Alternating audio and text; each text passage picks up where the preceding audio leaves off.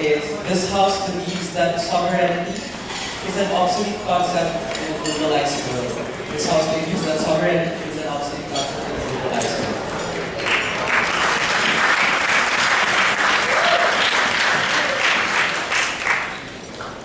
We'd like to remind the audience that audience participation is highly encouraged, but make sure that the debaters are heard all throughout the round. Thank you very much. Let's welcome the Prime Minister.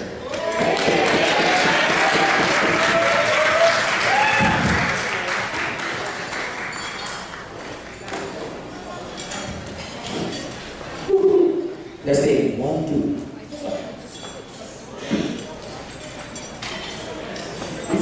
Before I start this round, I want to dedicate these to 3 people. CSB itself, the one assault-based society, and all the underdogs that have been vastly underrepresented in the debate circuit. We therefore dedicate this round to all of you guys. No resolute people.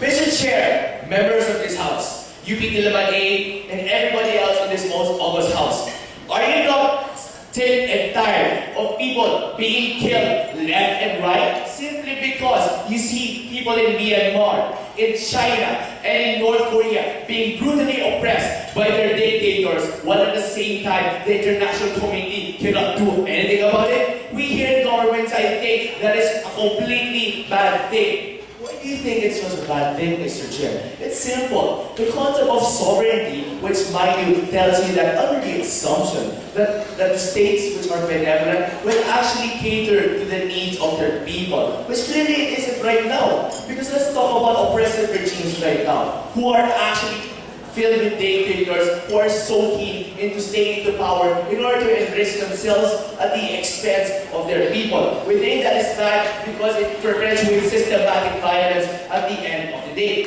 So at its best, sure, a little freedom will actually be with its people, just like China, where it can actually work, but not actually express your rights. But at worst, in places like Myanmar and North Korea, you're brutally oppressed to the point of not being able to say your rights simply because you, as a dictator, just want to actually do anything about it. We're not saying, however, that sovereignty in itself is bad. We respect the privacy of states to actually assert their rights over their people.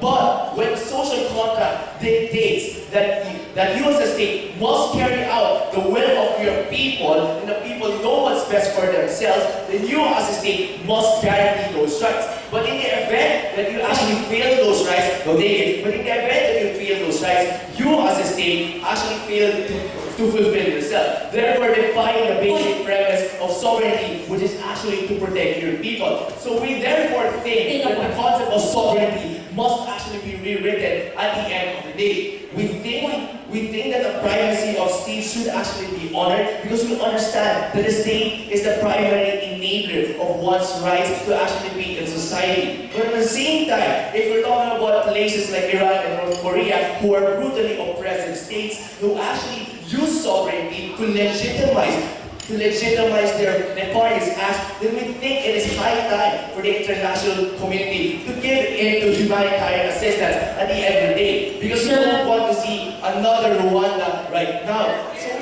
So we think that we should actually argue this on one basic level. Is that we should understand that the old concept of sovereignty is a tool and a shield for oppression. And the essential question in this debate is this: is sovereignty anachronistic, given that we have oppressive regimes that actually use this to uphold their rights?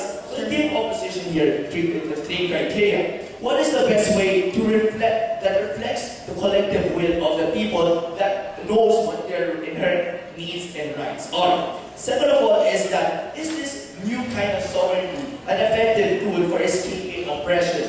And number 3 is this the best way to ensure the state's legitimacy as an institution as well? Before I move on, Our countries who are not legitimate forms of government considered sovereign in status quo anyway, because after all, the sovereignty has been redefined to fulfill the responsibility of also protecting their people. That's why in Libya, people want to hear the way is already arrived. Conversely, isn't Libya using its own sovereignty to actually brutally oppress their people so that you can get away with, so that Gaddafi can actually get away with being in this position for more than 40 years? I think that is a farce coming from opposition here. So let's go back to my first argument here.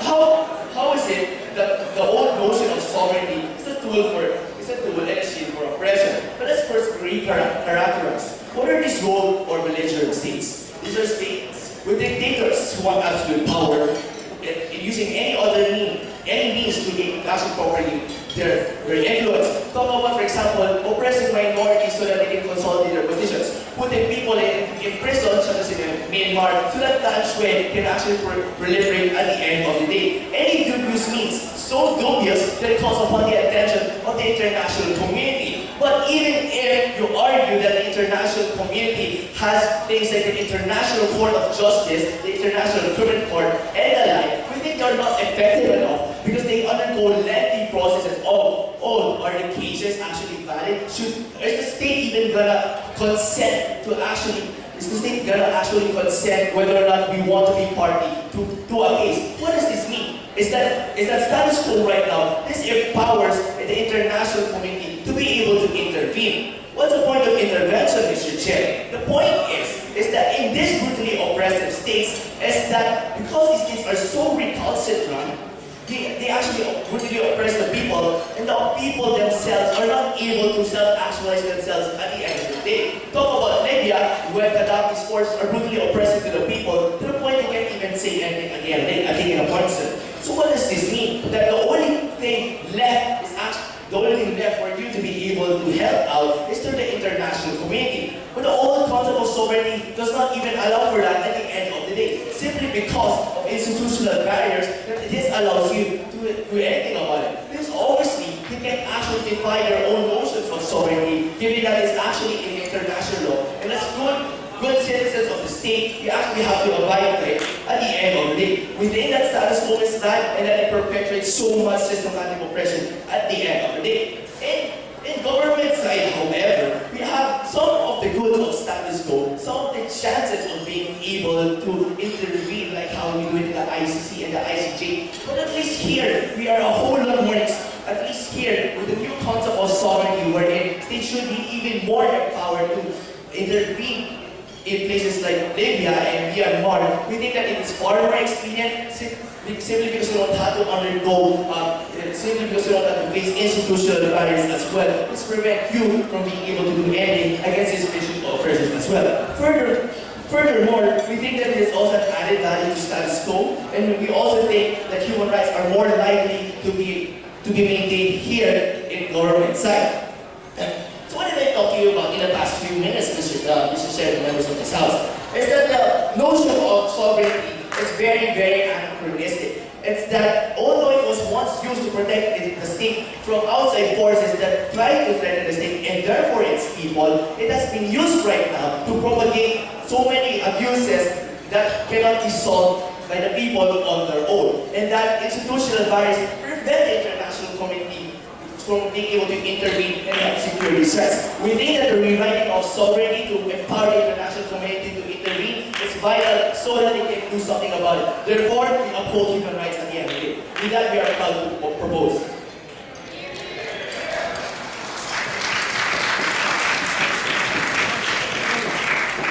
Thank you very much, sir. Let's hear the clash of the opposition.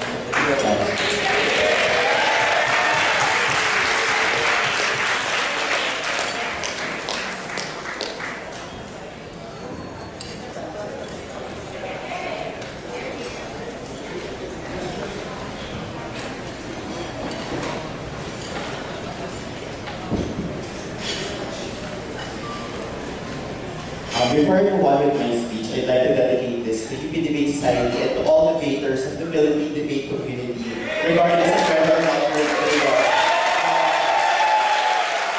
You're all important to working to forward a one debate Philippines.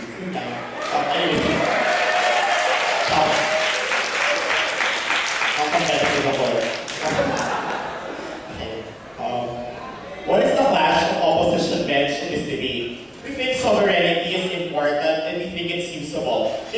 think that if you analyze the way sovereignty has been defined, it has been dynamic, it has had the capacity to adjust to different circumstances. We don't think it's going to be obsolete, not now, not ever. First and foremost, what you have to analyze from the argumentation of Prime Minister is, there really is no argumentation as to why sovereignty is necessarily bad. What he's saying is the definition of sovereignty, which is outdated by the way in his model, is wrong. And we think we also abhor that definition of sovereignty. That's the first thing. The second thing that government must defend is, to what extent are they willing to bypass sovereignty? Because what I'm gathering from government is an absolute disregard for sovereignty. If the international community deems that in fact the government has lost its role in a particular country, then we're fine with invading them. So let's go to the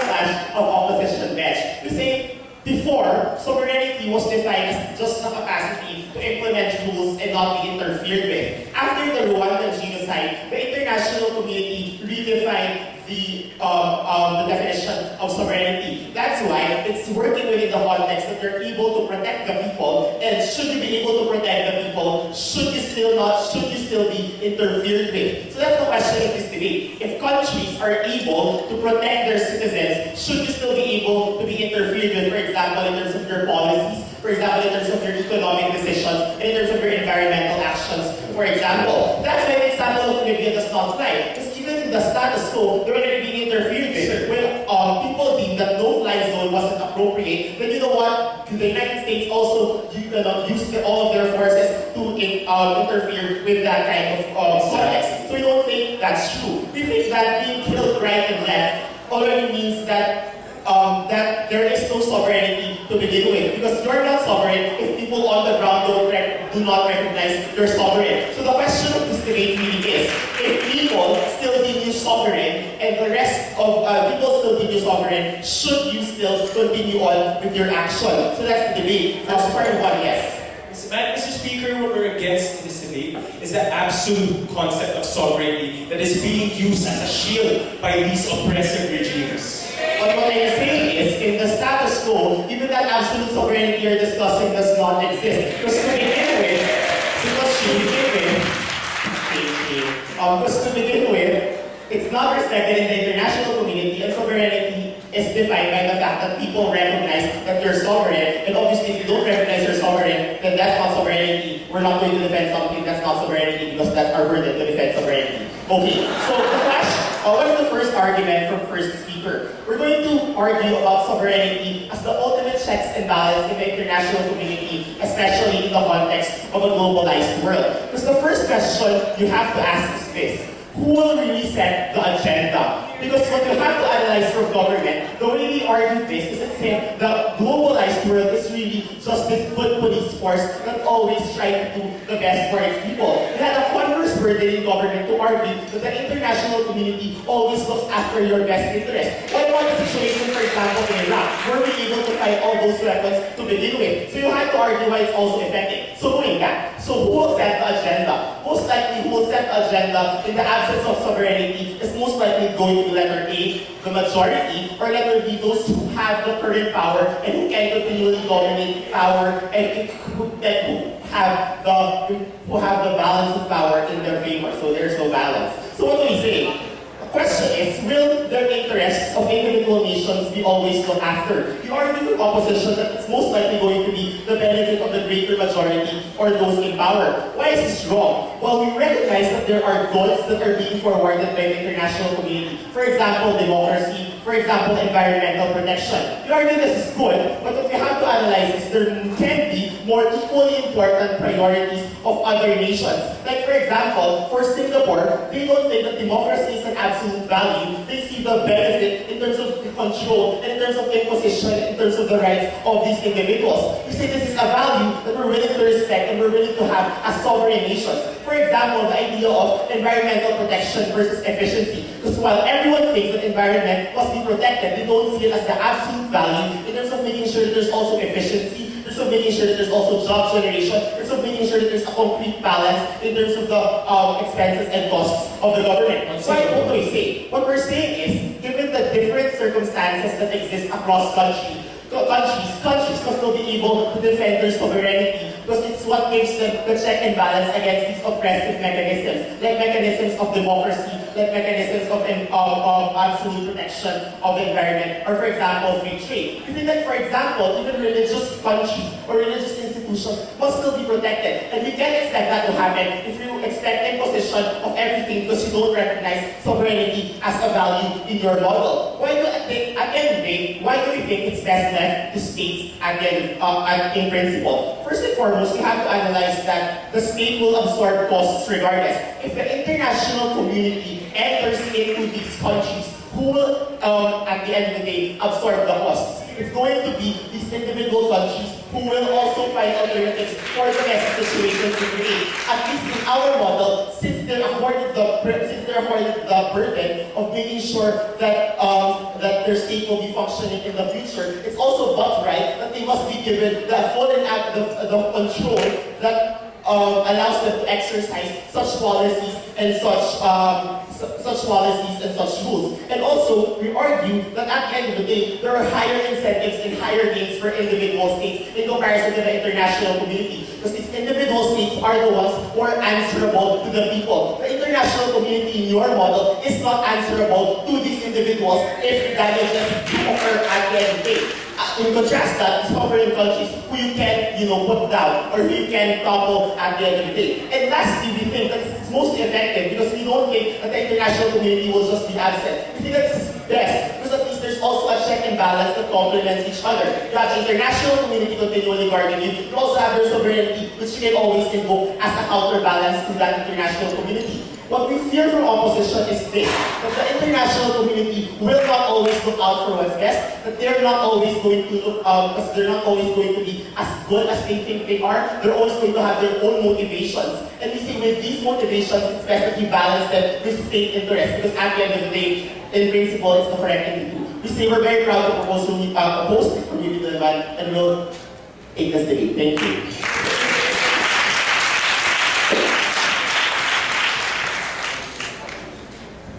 Thank you, sir. Deputy Prime Minister, please.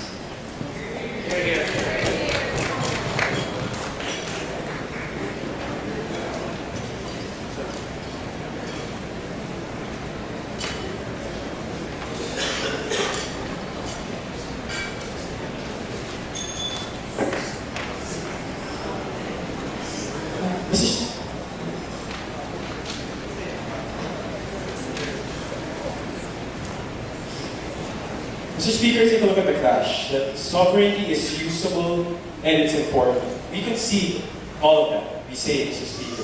In 1648, Treaty of Westphalia, it consolidated what democracy or what sovereignty is. It was an absolute value back then, that there was really no interference that's going to be possible. That was the concept, and that's what led to this oppressive regime. Now they're completely responsive to this debate, because they told us that absolute sovereignty, where you have absolute control over your people, no longer exists in the status quo. We don't think so. Because if you're going to take a look at North Korea, if you're going to take a look at other countries in the world, Mr. Speaker, that are suffering from the very oppressive regimes because of the anachronistic nature of sovereignty as something absolute. That's what we're against, Mr. Speaker, and we think this anachronism has to stop. And that's why, in a globalized world, we tell you that sovereignty is a newer concept. That's why we tell you, Mr. Speaker, it's actually dynamic.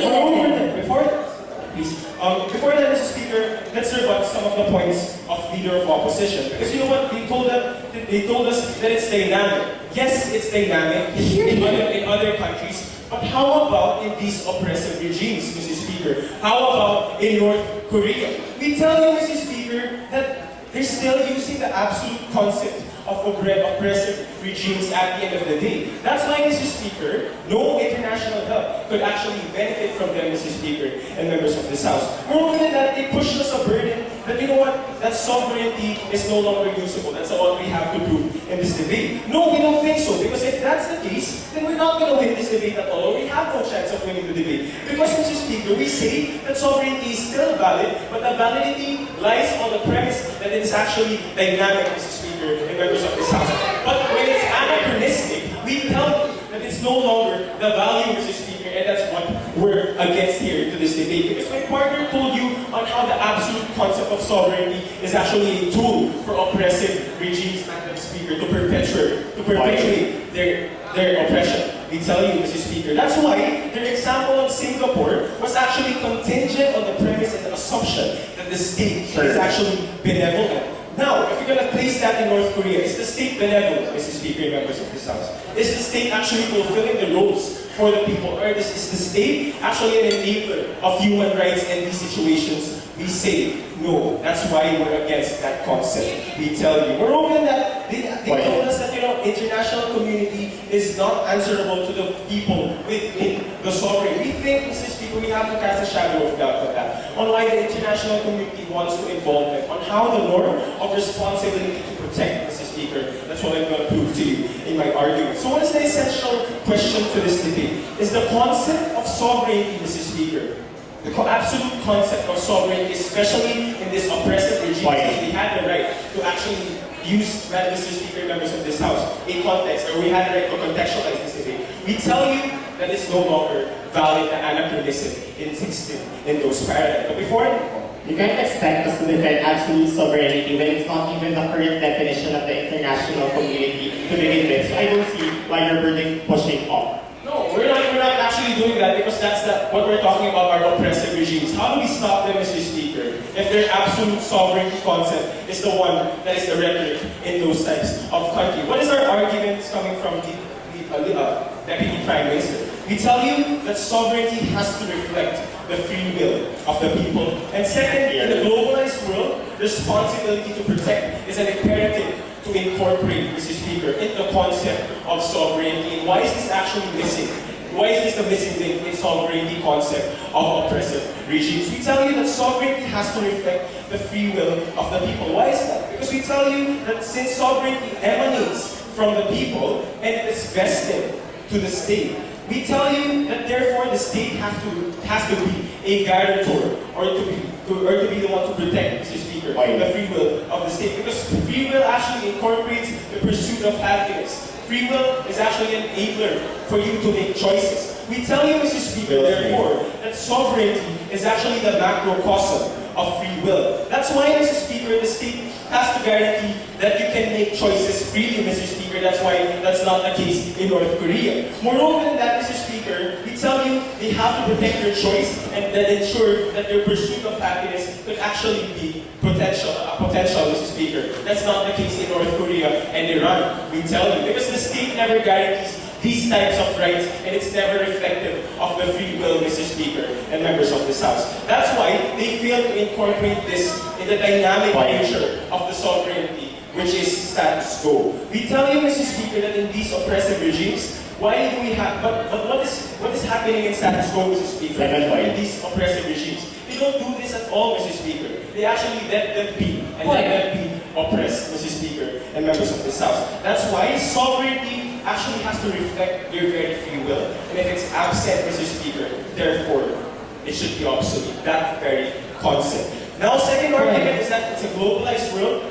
Responsibility to protect is an imperative to incorporate. What is responsibility to protect? But before that, let's establish the premise that sovereignty has to build to the protection of individuals and collective human rights. What is responsibility to protect? That it's state responsibility to make sure that individuals are actually protected of their human rights. Moreover, if the state is actually not capable of doing this, then the international community actually commits themselves in fulfilling this for the state. Moreover, Mr. Speaker, the third premise, if the state is actually not doing this, Mr. Speaker, it is the one who perpetuates the violence to the people, then we say that you have to incorporate this, especially in oppressive regimes, wherein this is not incorporated, and that's why they hide under the very nature of their absolute sovereignty, Mr. Speaker, and members of this House. That's why, Mr. Speaker, in Libya, this is actually happening on how you perpetuate violence. That's why you actually legitimize the very intervention, Mr. Speaker, and members of this House. Why is this an imperative? Because it's for state restraint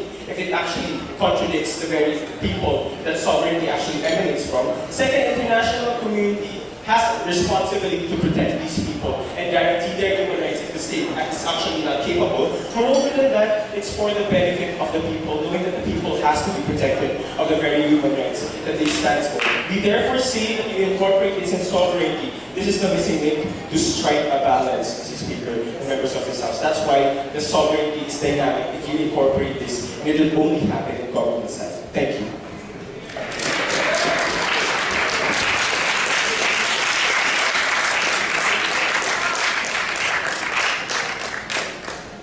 Thank you, sir. Let's now welcome the Deputy of the Office.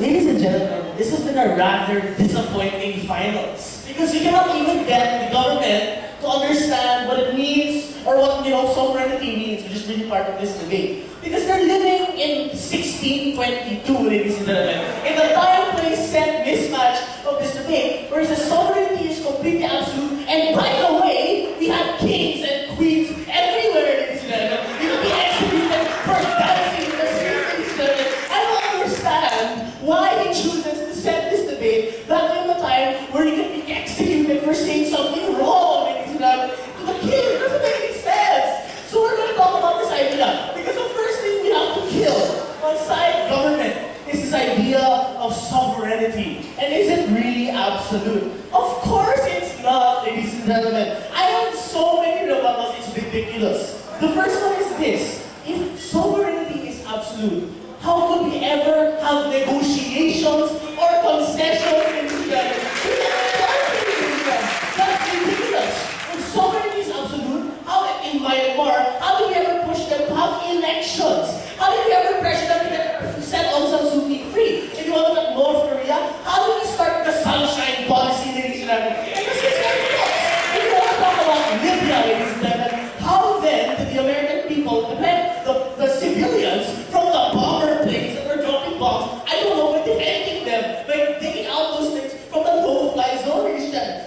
More importantly, or even more obviously, ladies and gentlemen, why does the UN have a peacekeeping force, ladies and gentlemen, if it can never Exactly. No, thank you. Because sovereignty is absolute, ladies and gentlemen. This is the most ridiculous point I've ever heard. No, thank you. In the finals. So I'm gonna have a rebuttal this idea of absolute sovereignty. Which you argue by example. So I rebut by example, ladies and gentlemen. But even in principle, the idea of sovereignty, which is absolute, is ridiculous in the context of a world where people have to work together. I don't know, a globalized world, ladies and gentlemen. Now let's move on to the second rebuttal. Actually, it's very weak because there's not much else to rebut. The second point is this idea that states have a responsibility to protect people. And when that's it, basically they circumvent, international intervention because they say, oh, sovereignty, I put a sovereignty card on you, ladies and gentlemen. That's not true. In fact, ladies and gentlemen, I already told you that this matter about Rwanda coming from Pearl. I don't have to reiterate that. But if you think about it, whenever massive human rights abuses, like, I don't know, genocide, ladies and gentlemen, happen, why does the state, or rather not the state, the international community, why do we have the ability to put in troops, ladies and gentlemen, and defend people? That's precisely because the responsibility to protect is already inherent within the state's responsibility and rights of sovereignty.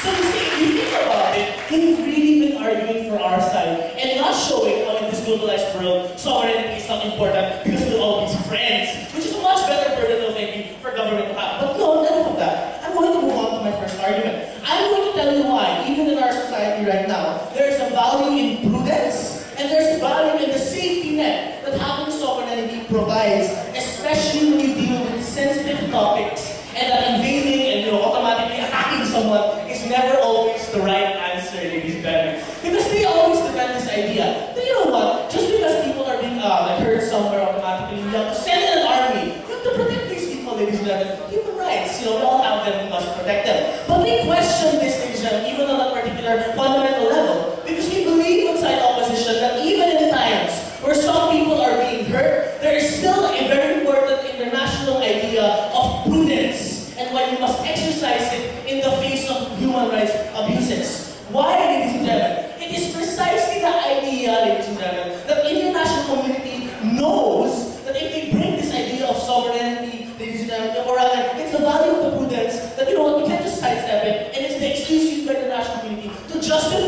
waiting. Because sometimes, ladies and gentlemen, waiting is the answer. For example, ladies and gentlemen, when it comes to situations that diffuse themselves, like in Egypt, when eventually Mubarak did step down and people naturally toppled the government, do you think an invasion would have helped, ladies and gentlemen? I don't think so. The thing is, ladies and gentlemen, you have to concede that in this particular debate, that there is an inherent value in making sure that people aren't overstepping their bounds. That's why the preemptive strike of the United States in Iraq, ladies and gentlemen, was so looked back upon. Because people thought that it was very premature and it actually hastened the violence and made more people die, ladies and gentlemen. So even on the level of protecting people and making sure that people are not dying and human rights abuses and all that jazz, we still think on side opposition that we win that particular value. But my second argument is going to be on another angle that they haven't even thought of, ladies and gentlemen. Because the idea of globalization is not restricted to this idea that oppression exists and therefore we must stop it. The idea of globalization is, can we work together? Can we integrate all levels, ladies and gentlemen, politically or economically and stuff like that? And I'm going to tell you how right now, the idea of integration and the idea of union in the global sphere is dependent on the idea of a sovereignty and how it's dependent on how we see other people, ladies and gentlemen, in society. Why? I'm going to tell you right now, ladies and gentlemen, that the only way that states can deal with other states, that states can have these things that protect their own interests, if we have a value in keeping that particular. What defines borders, ladies and gentlemen? What defines what area of land is really mine, ladies and gentlemen? It's just this very notion of what really is, ladies and gentlemen, supposed to be mine. That idea, that value of sovereignty is what allows countries and what forces countries to respect boundaries and to respect concessions, ladies and gentlemen, that are made in between them. The only way you can have a globalized society in a globalized world is if people learn how to respect lines in the sand, however arbitrary they may be. Why? Because if you anger and irritate people by unknowingly crossing the threshold of assumed by the government, by the way, assumed sovereignty, you risk fighting and you risk ruining any level of integration, ladies and gentlemen, you can have in this particular society. At the end of the day, we say, if you really want a globalized world, and if the values of a globalized world are very important, you have to be able to talk to the other person without risking, stepping over the line that they made in the sand. At the end of the day, we say, even if you look at the protection and all the standards that they release, opposition comes up smelling like a rose and wins this debate. Thank you.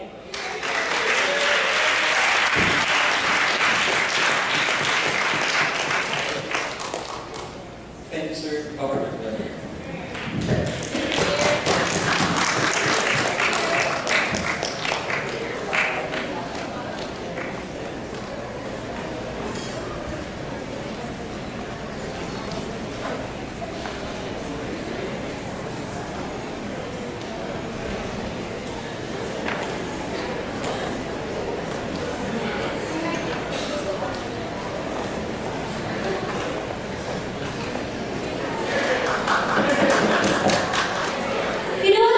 Gentlemen, let's take the opposition side out of their superficial world in a globalized world where everyone applies the same concept of sovereignty at the end of the day. Because you know what's really happening in reality and what's really happening in status quo is that in a daily basis, people are already dying. Talk about genocides in Cambodia, Rwanda, Bosnia, or what have you. You have crimes against humanity in Darfur. All of it imposed by its very own states who deem to be capable of protecting its people but is doing otherwise at the end of the day. Now you have other crimes against humanity and status quo. Talk about Kosovo and East Timor. When its very own government was incapable and wasn't able to protect its people from the harms of human rights violations or what have you. Because the very reason for these deaths is in a globalized world, in reality, not everyone concedes to the same concept of sovereignty. Because you know what, in reality, you have these oppressive states who still deem absolute sovereignty and who uses it as an excuse for dictatorship, oppression, or what have you. We therefore question if states who deem to be capable of protection to its people, but they are doing otherwise, and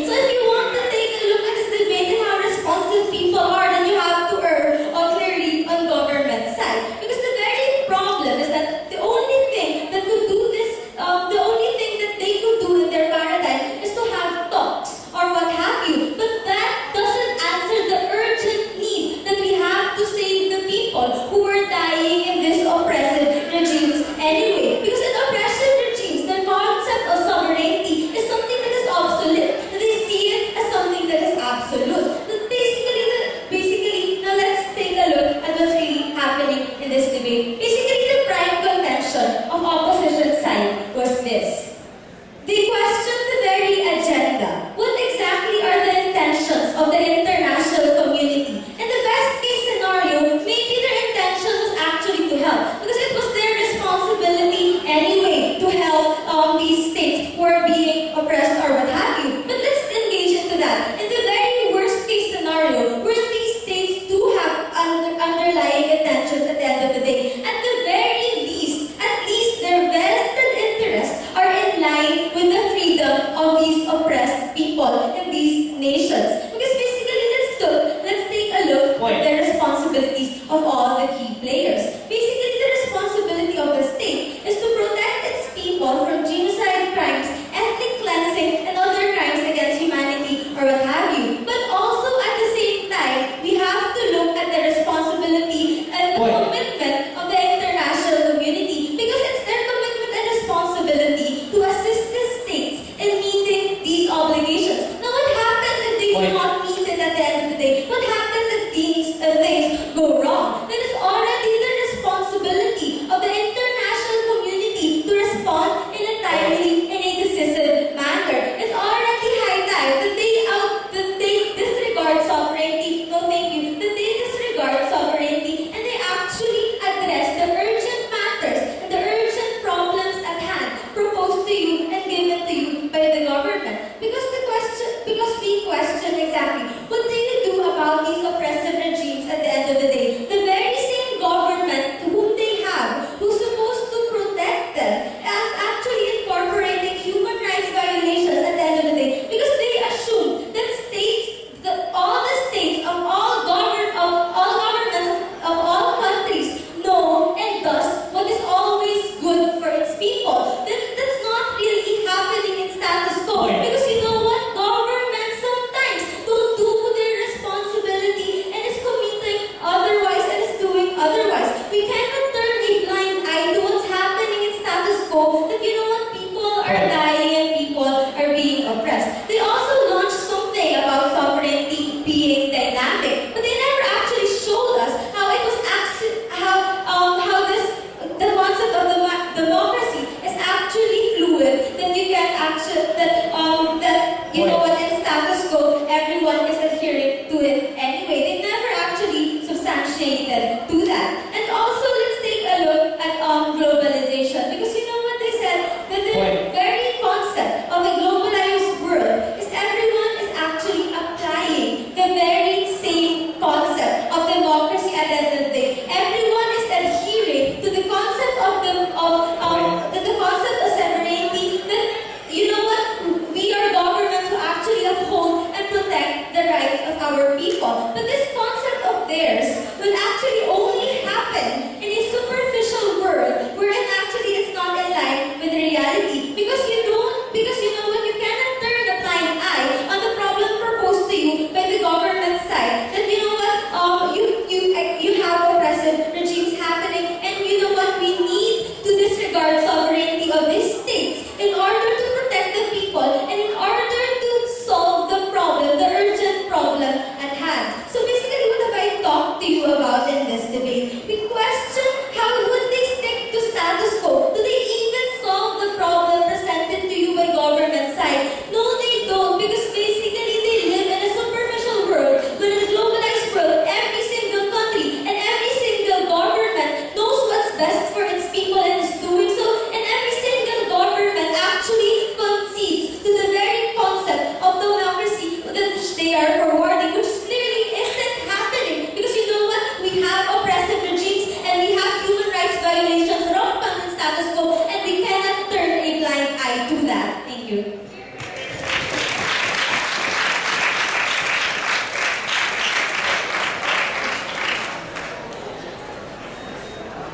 Thank you, madam. Let's call it the opposition leader.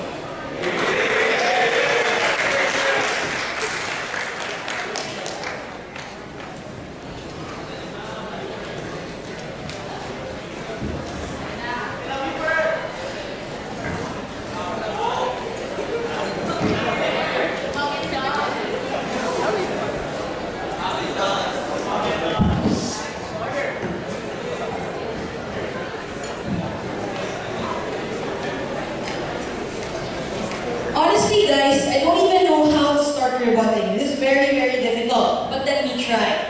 I pointed out earlier a point. Ladies and gentlemen, I asked them, when a country cannot anymore enforce its rules on its people, when its people are not anymore respectful of the kind of power a state has on them, ladies and gentlemen, is that state considered legitimate? Because only when a state is considered legitimate will they have sovereignty, ladies and gentlemen. And what was their answer? Because I was really, really adamant on knowing this, because I'm a poli-sci major. Nothing, ladies and gentlemen. They said really nothing. So we think it's unfair for you to expect opposition side to defend illegitimate states, ladies and gentlemen, in which its citizens are obviously not considering themselves as under any form of power because they're willing to rally on the streets, not just rally, kill themselves on the streets, kill for their rights, etc., and saying that you and that government must be ousted. We think then, ladies and gentlemen, that this debate, after that point, had to be comparative and had to be analyzed in a spectrum. Because what was conveniently the strategy, they think it was strategic at least, for government side to do with this debate. What they did was to set this debate in the Westphalian concept of things, ladies and gentlemen. It was way, way before I was born, way, way before our oldies were born, ladies and gentlemen. This was the concept. Sovereignty was absolute. And I think it's a time place set, actually, and it's bad for every debate. But given that, it's accepted. My question now, and they have the burden to prove now, if they really want to push that argument, that number one, this exists. Does this exist in status quo, ladies and gentlemen?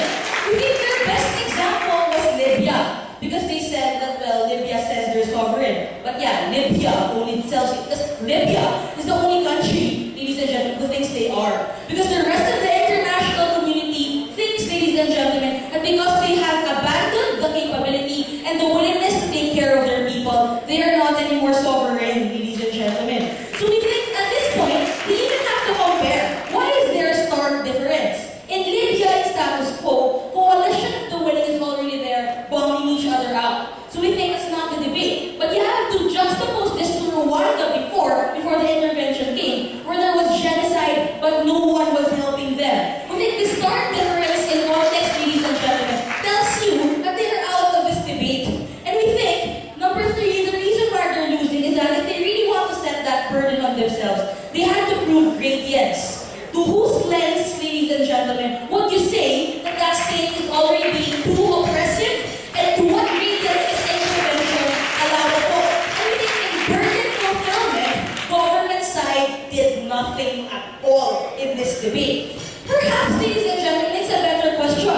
Just because some states abuse their sovereignty, does it devalue sovereignty as a whole, ladies and gentlemen? Especially in the other kind of the spectrum, where people use sovereignty as defense for the oppressive international community, etc., etc.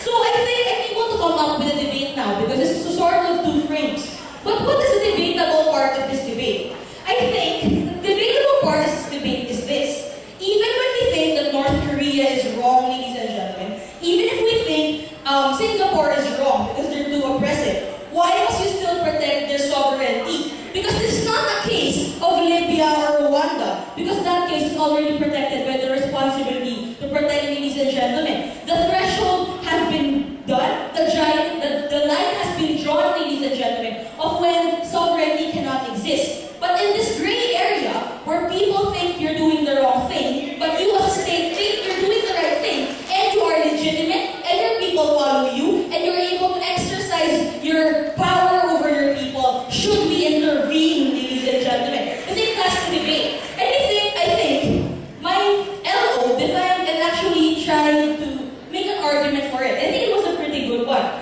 He said, ladies and gentlemen, that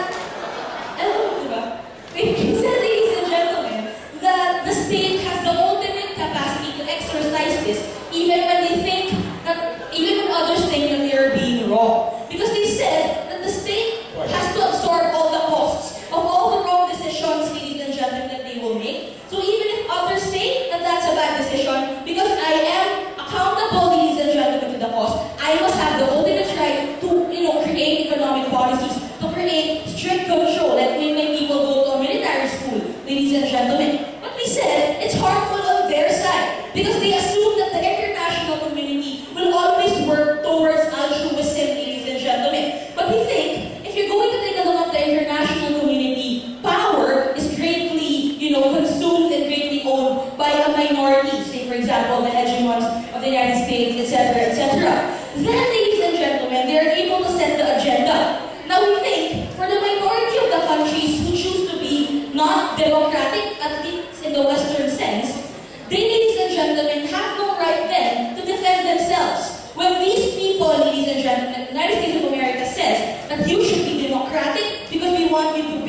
They have no defense, ladies and gentlemen. Because look at Singapore. They're not democratic in the Western sense, but they are able to control their people. They're able to make their country prosper. They're able, ladies and gentlemen, to make sure that they're a good country, even if the United States thinks, ladies and gentlemen, that they are being too oppressive already. The point of the matter is, if you take away sovereignty, you leave these countries defenseless, ladies and gentlemen. And we think that's bad. Because even sovereignty allows them to say to the country, hey, you, the country, intervene, fix my country, because you actually took away my sovereignty. Without sovereignty, there's no recall or claiming back mechanism for when countries can just easily intervene and go out and intervene and go out. Pretty much, whatever you're thinking of. But secondly, we think there's a value, ladies and gentlemen, when it comes to sovereignty as being argued to be a tool for globalization. Because globalization exists in a one-world scenario. And differences that exist between cultures and countries, sovereignty must be maintained. Because it's the only tool, ladies and gentlemen, that allows for respect. Respect, ladies and gentlemen, that makes you allow for concessions, that makes you say that, yeah, I may be a little different, but we can work this out. Without sovereignty, without that power in individual countries, ladies and gentlemen, we think the world will fall apart. Because true, there is no one single police in the world, but we think sovereignty remains to be the police by which no abuses happen and by which respect happens, ladies and gentlemen. In the end, one thing is clear. Regardless of the Westphalia, whatever concept, etc., only one thing is clear, and you know that we're winning this debate. Thank you.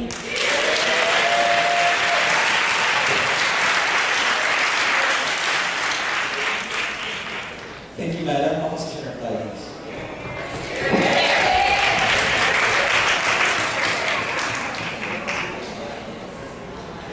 Hi.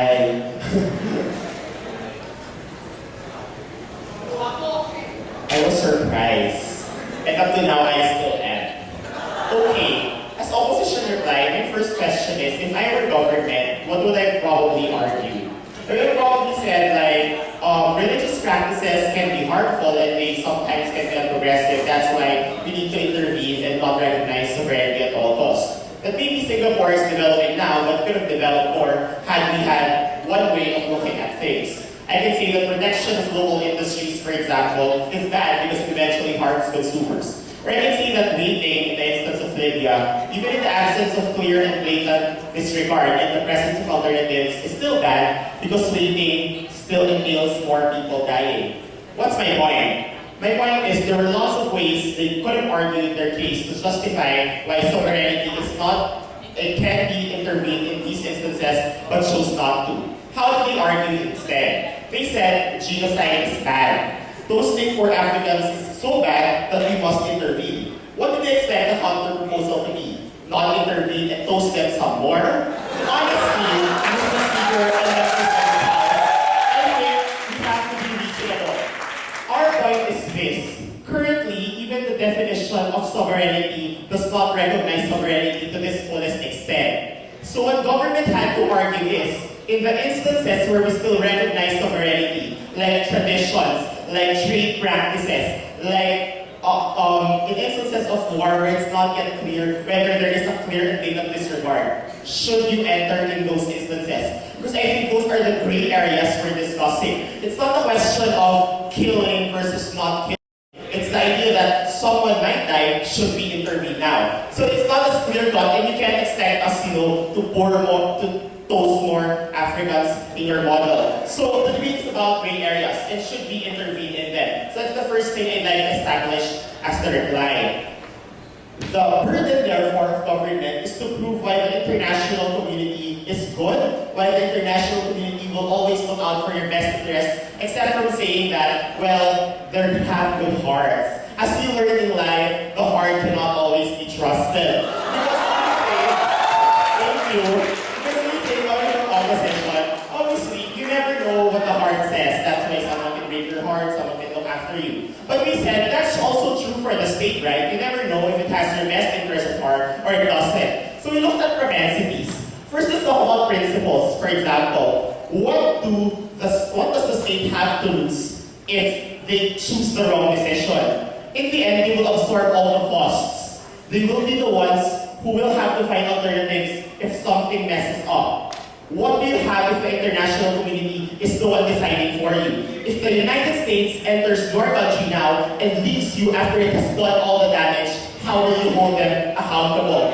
Like for example, in Iraq, what was their response? Well, we have a good heart, and maybe the heart can heal everything. We don't think that's sufficient. I think there has to be more defense in terms of the analysis of cost. Because at least, if it was the Iraqi government, eventually the Iraqi government has to answer to all its people. The Iraqi government cannot lie and bring away, the entire, all its people and the entire government. So most likely they will be answerable. That's first. But secondly, in terms of interests, the interests of local governments are more answerable in the sense that, well, they normally do get elected. Normally, they're the ones who people can sue. They're the ones who people can impeach. The fact of the matter is, there are recourses. So the incentive for people to do their best job in gray areas is higher in our model contrasted to their hard model of the international community. But we even said, if it's just about integration, if it's just about integration,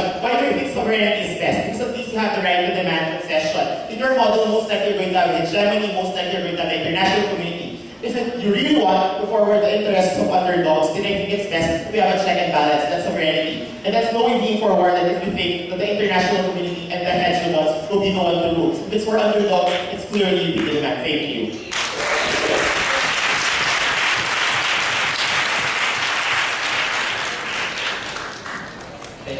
Thank you, sir. Government reply.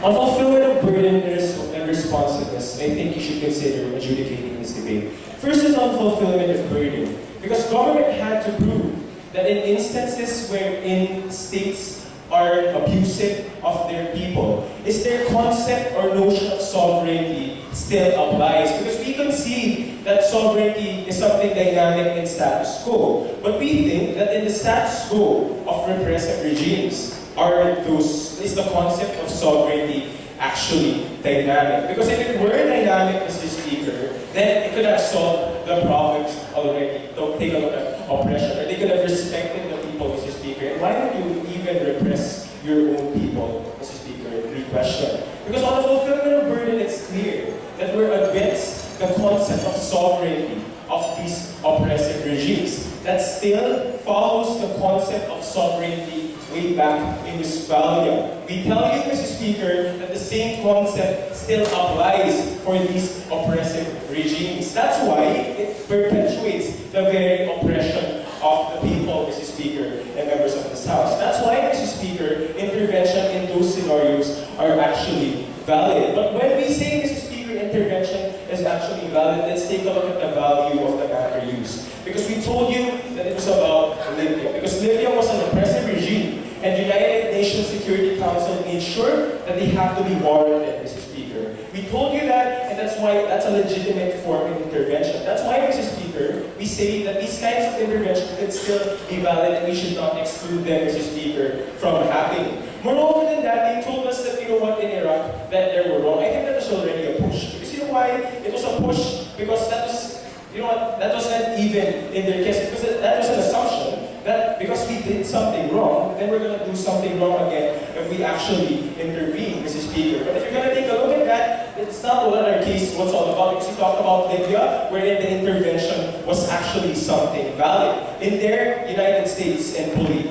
Iraq, and we say that was wrong. We say, Mr. Speaker, members of this House, on a value, on a criteria of responsiveness, Mr. Speaker, they told us that, you know what, absolute sovereignty is no longer existing. But we question again. We know that if it's not, we're not existing, Mr. Speaker, then they were not to have problems such as repression, and these types of intervention are not going to be in place, Mr. Speaker, and members of this House. Take a look at Singapore, Mr. Speaker. That was on the assumption that the state is benevolent. That's why we don't have to foreign intervention because they're actually progressing, because the state actually uses the sovereignty as a tool to forward themselves, Mr. Speaker, and to progress the people. That's why we use examples of oppressive regimes, Mr. Speaker, which don't lie on the assumption that actually the state is benevolent. We told you that in my speech. Now, in response to this, Mr. Speaker, we told you that sovereignty has to reflect the free will of the people. Now, we contextualize this in oppressive regimes. Now, they're really responsive because we told you that free will of the people are not expressed in these oppressive regimes. You let them die, Mr. Speaker, and we were coherent at that. We say, Mr. Speaker, that on the level of responsiveness, that they already have a disadvantage. Moreover, we told you on the responsibility to protect, on how it's an imperative for you to incorporate, Mr. Speaker. That's why we want to put forward their value, these values, Mr. Speaker. And we say the concept of sovereignty in these oppressive regimes are actually invalid no more, Mr. Speaker. We say. That's why, Mr. Speaker, for all these reasons, that sovereignty has to reflect the free will of the people, that in the globalized world, it's an imperative to incorporate responsibility to protect. And number three, that the concept of sovereignty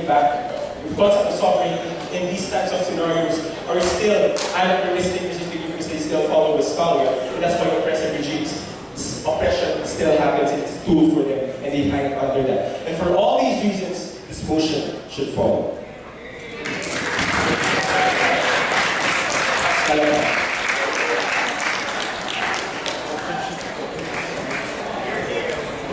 Thank you, sir.